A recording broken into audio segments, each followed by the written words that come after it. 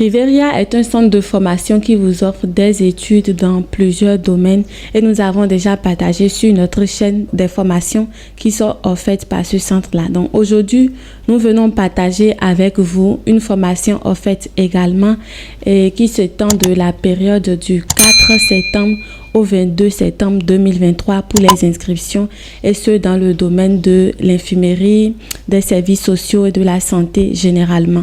Donc là, nous sommes déjà sur le site et comme vous le constatez, c'est en finnois, mais là, nous allons traduire ce site en français pour pouvoir mieux vous expliquer. Donc, le centre de formation, pour ceux qui ne savent pas, c'est en Finlande, dont nous partageons énormément des contenus sur cette chaîne ici. Donc, la formation, c'est une formation en infirmière auxiliaire, diplôme professionnel en matière sociale et de santé. Donc, quels sont les détails à savoir? La durée, c'est de 2 à 3 ans et l'emplacement pour la formation, c'est l'emplacement qui est écrit là. La période de candidature, c'est du 4 septembre 2023 au 22 septembre 2023. Donc, la date de début des cours, c'est le 17 janvier 2024. Donc, mode d'études, enseignement par contact en anglais. Donc, si vous devez faire cette formation, ce sera en anglais et c'est la raison pour laquelle dans les conditions d'admissibilité, il a été dit que vous devez passer un test de Duolingo, ce que nous allons voir tout à l'heure. Donc, le contenu. La qualification professionnelle en matière de soins sociaux et de santé avec le domaine de compétences soins et réadaptation pour personnes âgées permet de travailler par exemple dans les soins à domicile, les maisons de retraite pour personnes âgées, les centres de jour, les services d'hospitalisation, des centres de santé et les unités de démence. Donc, avec cette formation, déjà, vous devez comprendre que vous serez à travailler dans les maisons de retraite. Vous serez appelé à faire des soins à domicile, des soins pour des personnes âgées généralement. La première partie de la formation se déroulera en anglais et sera complétée par des études intensives en finnois. Donc, ce qui est sûr, ils prendront leur disposition pour vous faire quelques heures de cours en finnois pour vous préparer à ça. La formation comprend également des études soutenant les compétences d'apprentissage, les techniques d'études et les compétences sociales. Au cours des études, la langue passera progressivement au finnois, donc comme nous avons expliqué tantôt, à mesure que vos compétences en finnois se développent. Finalement, vous obtiendrez votre qualification professionnelle en finnois et obtiendrez votre diplôme d'infirmière auxiliaire. La qualification professionnelle dans le domaine des soins sociaux et de la santé est une profession réglementée et à la fois par la loi et le décret sur les professionnels de la santé et par la loi sur les professionnels des soins sociaux. Donc, la formation d'infirmière auxiliaire sera dispensée dans nos locaux modernes et bien équipés à Riveria. Donc, une partie importante de la formation sera constituée de périodes d'apprentissage sur le terrain dans les entreprises de soins de santé et les organismes publics de la région. Donc, vous devez comprendre par là que votre formation n'est pas purement théorique. Vous serez appelé à faire des cours théoriques, mais en même temps des cours pratiques. Donc, vous irez sur le terrain pour vous adapter au jour le jour pendant votre formation. Donc, composition du programme d'infirmière auxiliaire. Le périmètre des études est de 180 points de compétences composés d'unités professionnelles et d'unités communes. Donc, unité professionnelle, promouvoir la croissance et la participation, promouvoir le bien-être et la capacité fonctionnelle, travailler dans les soins à domicile, promouvoir la participation des personnes âgées, module professionnel optionnel. Donc, unité commune, vous avez les unités communes qui sont là. Et un plan personnel de développement des études est élaboré pour chaque étudiant en fonction de ses antécédents, donc expérience et études. Donc, la personne Y ne sera pas traitée de la même manière que la personne X pendant votre formation et ce compte tenu des antécédents de chaque étudiant. Parce que chaque étudiant avec ses caractères et ses principes et tout cela sera respecté. Donc, voilà les exigences nationales de qualification ci-dessous en finnois. Donc là, vous avez les bases de diplôme. Donc, en fonction de votre diplôme actuel, quelles sont les exigences nationales de qualification? Vous pouvez cliquer là pour avoir les détails sur ça. Alors, qui peut postuler à cette offre de formation? Vous avez au moins 18 ans. Vous pouvez postuler diplôme d'études secondaires ou certificat de fin d'études générales. Donc, vous devez l'avoir. Donc, généralement, le bac. vous devez avoir le bac. Certificat du test international d'anglais Duolingo. Donc, c'est bien précisé, c'est le test d'anglais international Duolingo. Bonne connaissance en informatique. Donc, vous devez avoir une maîtrise de l'outil informatique. Bonne condition physique et mentale pour étudier et travailler comme infirmière auxiliaire. Des fonds suffisants pour les frais de subsistance sur le compte du demandeur doivent être présentés au bureau de l'immigration pour le permis de séjour. Plus d'informations sur le service finlandais de l'immigration. Donc là, vous comprenez qu'il ne s'agit pas d'une bourse, mais c'est une formation gratuite, mais gratuite dans le sens où c'est vous-même qui allez subvenir à vos besoins. Donc les frais de subsistance, les frais de voyage, si vous êtes malade, votre assurance et tout, vous prenez tout ça en compte personnellement. Donc c'est pourquoi il est précisé ici que vous devez prouver que vous avez suffisamment de fonds pour subvenir à vos besoins.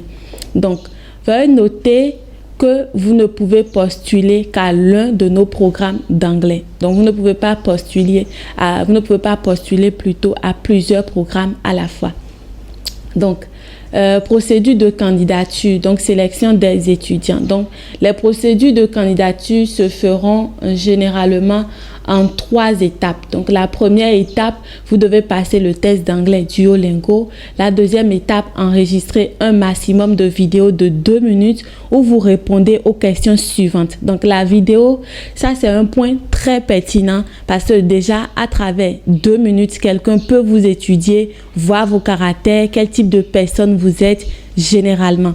Donc, quelles sont vos attentes par rapport à la formation? Ça, c'est la première question auquel vous devez répondre dans la vidéo. La deuxième question, pourquoi souhaiteriez-vous étudier dans cette formation? La troisième question, quel type de défi pourriez-vous rencontrer en étudiant et en vivant à l'étranger? Et la quatrième question, quel genre de travail et où rêvez-vous après les études? Donc, c'est ces 4 questions que vous devez répondre dans la vidéo de 2 minutes, mais n'oubliez pas en anglais. Donc, c'est très important.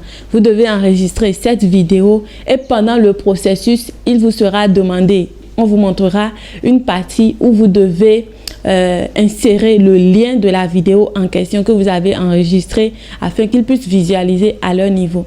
Donc, vous allez voir, il est notifié ici que vous devez ajouter le lien vidéo sur votre formulaire de candidature. Donc, les vidéos soumises autrement ne seront pas acceptées. Donc, c'est via un lien que vous devez transférer votre vidéo que vous avez enregistrée. Des instructions plus détaillées pour la vidéo se trouvent sur le formulaire de candidature. Donc, une fois que vous aurez le formulaire de candidature, vous aurez de plus amples détails sur l'enregistrement de la vidéo en question. Le 3, joignez à la candidature des certificats de vos études et de votre emploi antérieur ainsi que le certificat du test d'anglais Duolingo. Donc là, vous avez 3 choses, les certificats de vos études et de votre emploi antérieur si vous avez déjà été employé dans une structure ou une entreprise, ainsi que le certificat du test d'anglais Duolingo international que vous avez passé. Donc, remplissez le formulaire de candidature avec précision. Téléchargez tous les documents requis avant d'enregistrer le formulaire. Cliquez sur le bouton enregistrer, envoie le formulaire, après quoi la modification de la candidature n'est plus possible. Donc les candidatures incomplètes seront annulées. Donc prenez tout votre temps pour remplir le formulaire posément. Soyez sûr que tous les documents qui ont été demandés sont à votre portée avant de commencer par remplir le formulaire. Donc sélection des étudiants.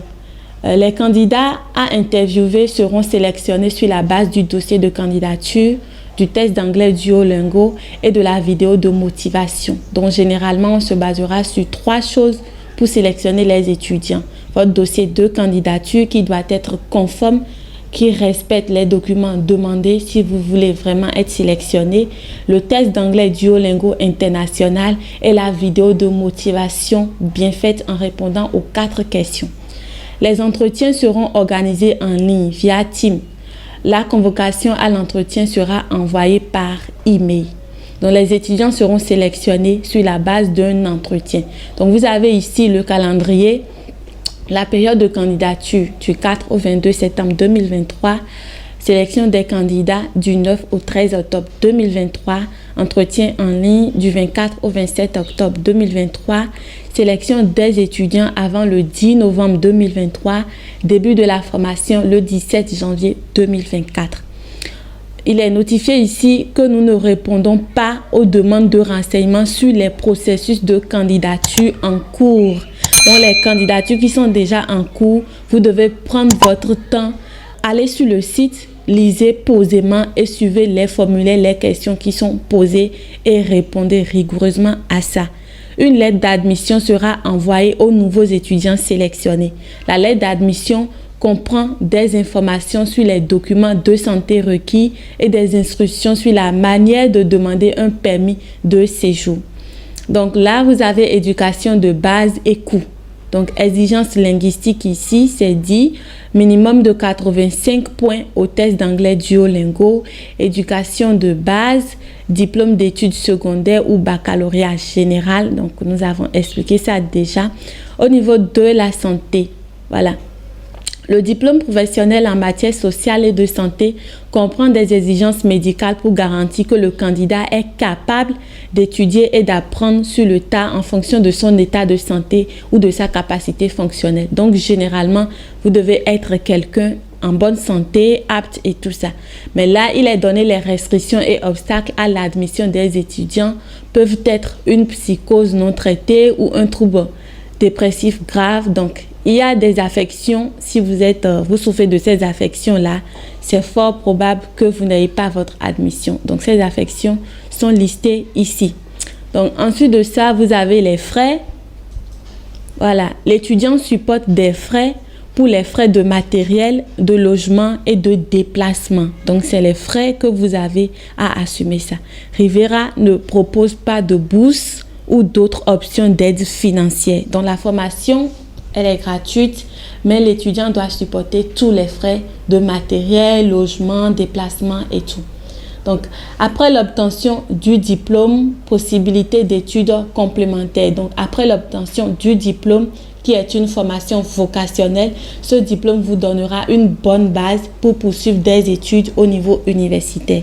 Donc, vous pouvez poursuivre vos études. Et en ce qui concerne l'emploi, les titulaires d'un diplôme travaillent dans les soins à domicile, les maisons de retraite, les centres de jour, les services d'hospitalisation, des centres de santé et les unités de démence. Donc, vous serez appelé après votre formation professionnelle à travailler dans ces lieux. Donc, généralement, voilà la formation que nous avons présentée dans ces détails pour vous. Nous allons mettre le site là en bas d'infos, donc vous pouvez aller posément sur ce site et lire vous-même à tête posée pour plus comprendre. En ce qui concerne le test de langue, c'est vrai que nous ne sommes pas allés dans les détails, mais vous avez tous les détails ici pour lire et comprendre. Maintenant, votre question, c'est comment nous devons alors postuler. Donc, vous avez ici postuler à cette formation. Donc, quand vous allez cliquer sur postuler à cette formation, il vous sera demandé d'envoyer votre compte Gmail. Donc, vous tapez là votre compte Gmail. Donc, vous voyez que c'est venu en finnois ici. Vous pouvez traduire en français. Donc, il vous sera demandé votre adresse email que vous allez insérer là et vous envoyez un message de confirmation. Alors, le message vous sera envoyé directement sur votre compte Gmail et c'est là-bas qu'on vous enverra un lien spécifique sur lequel vous avez le formulaire de demande à remplir. Donc, ce formulaire, vous pouvez continuer la demande sur votre smartphone ou soit vous copiez le lien que vous tapez sur votre ordinateur et puis vous continuez l'inscription, vous remplissez le formulaire si vous voulez utiliser un ordinateur. Donc voilà, c'est tout pour aujourd'hui. Merci de nous avoir suivis. N'oubliez pas de partager massivement cette vidéo, puis de la liker et surtout de vous abonner pour ne pas rater les prochaines vidéos. Bonne chance à vous et à très bientôt.